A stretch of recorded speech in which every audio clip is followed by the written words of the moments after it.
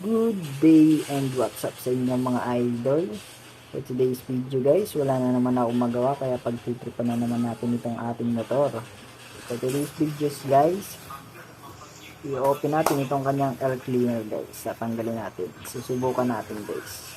Kung maganda ba or pangit ba. So, wala nang paligoy-ligoy pa guys. Fast forward na natin to kaagad. Let's go!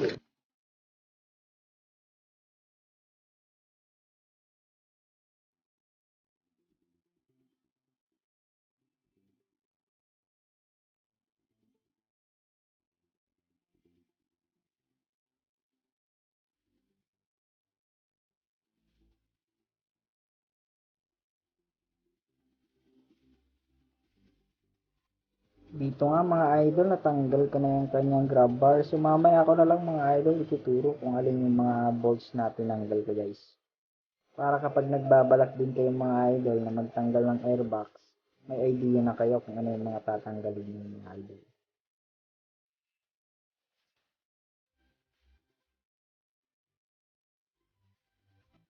Bali mga idol, first time ko lang din pala magtanggal ng kahan nitong Raider 150 Fi ko. So hindi ko rin pa kabisado kung paano ito tanggalin. Kaya pinag-aaralan ko pa ng mabuti. Tinitignan at sinisilip ko kung paano yung clip niya. Ayan, makikita nyo. So, nung makita ko na kung paano siya hilahin o tataas ba, ayan, nakuha ko naman siya mga idol at tanggal ko siya.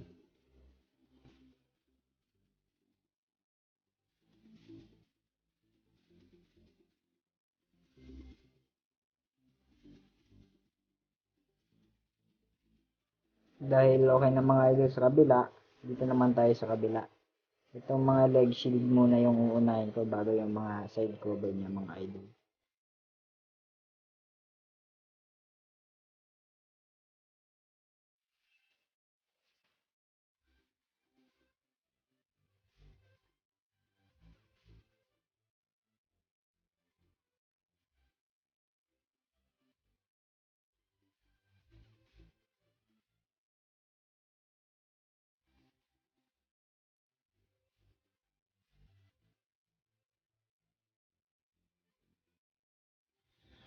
So, ayan ang mga idol. Natanggal ko na yung mga cover niya. Ayan siya. First time niyang maging nude.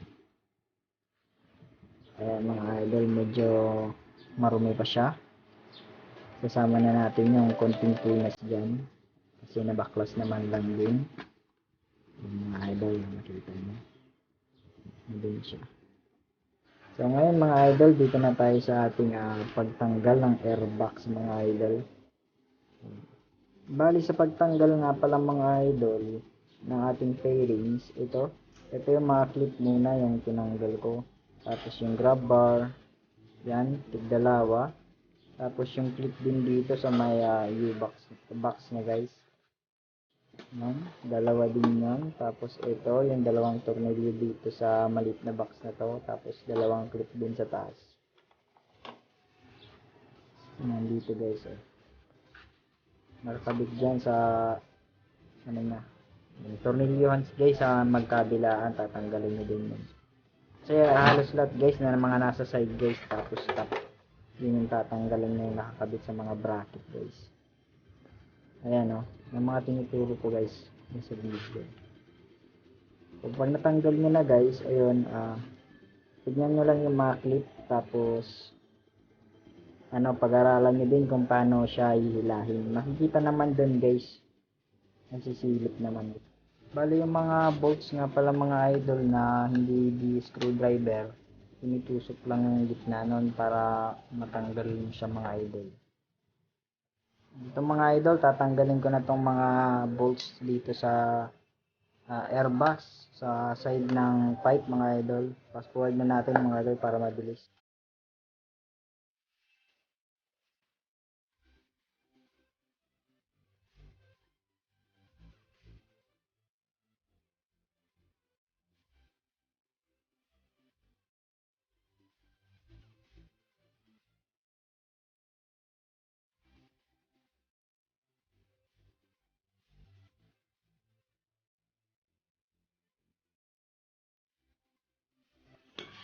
So ayun mga idol, dito gagamit tayo ng 10mm socket para dun sa isang bolts na bracket.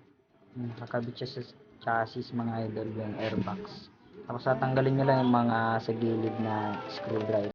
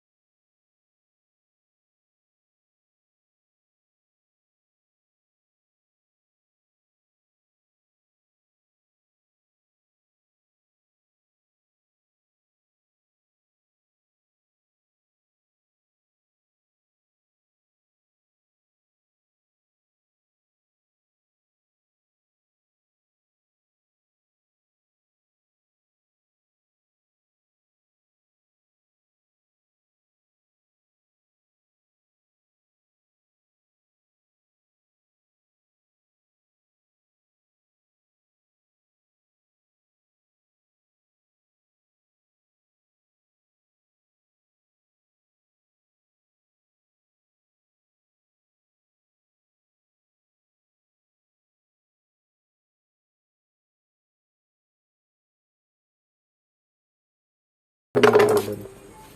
Bali, ang ginawa ko rito para mabunot, tinanggal ko muna itong socket niya mga idol kasi tumatama siya doon. Dalawang socket yan guys, tinanggal ko. Para makalabas ng maayos at hindi magbubuli yung socket. Doon siya bumabangga pag hihilahin mo. Ang mismong bumabangga mga idol yung pipe mismo ng air cleaner mga idol. Bali ayun, natanggal na natin ang ating dapat tanggalin. Babalik na natin tong yung isa sa mga tinanggal kong socket mga idol. So babalik ko na muna mga idol yung kanyang mga fairings, tapos pakinggan natin yung kanyang tunog mga idol kung ano ba, maganda ba. Let's go mga idol, fast forward ko na to agad-agad. At yan na mga idol, ito na ang kanyang itsura kapag wala ng air cleaner mga idol. Ayan. Turn around walk around mga idol. Ayan yung kanyang itsura. Ayan, maangas ba mga idol? So kayo mga idol, para sa inyo yung mga nakapag open throttle body na dyan, ano ba ang performance mga idol? Share nyo naman, maganda ba o pangit ba? Pero sa akin guys, di ko alam pa. So sa sound check natin mga idol.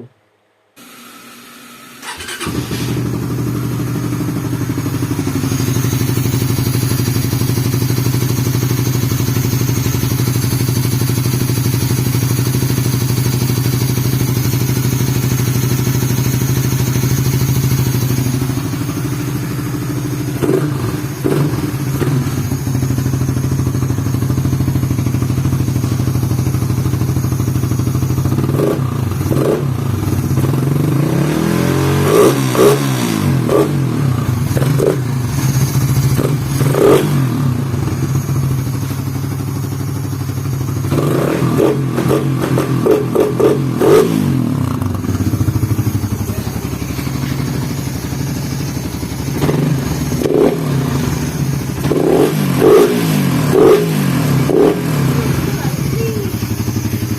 na mga idol, so ayun lang, thanks for watching guys. Pag-like, share, and subscribe. Peace out!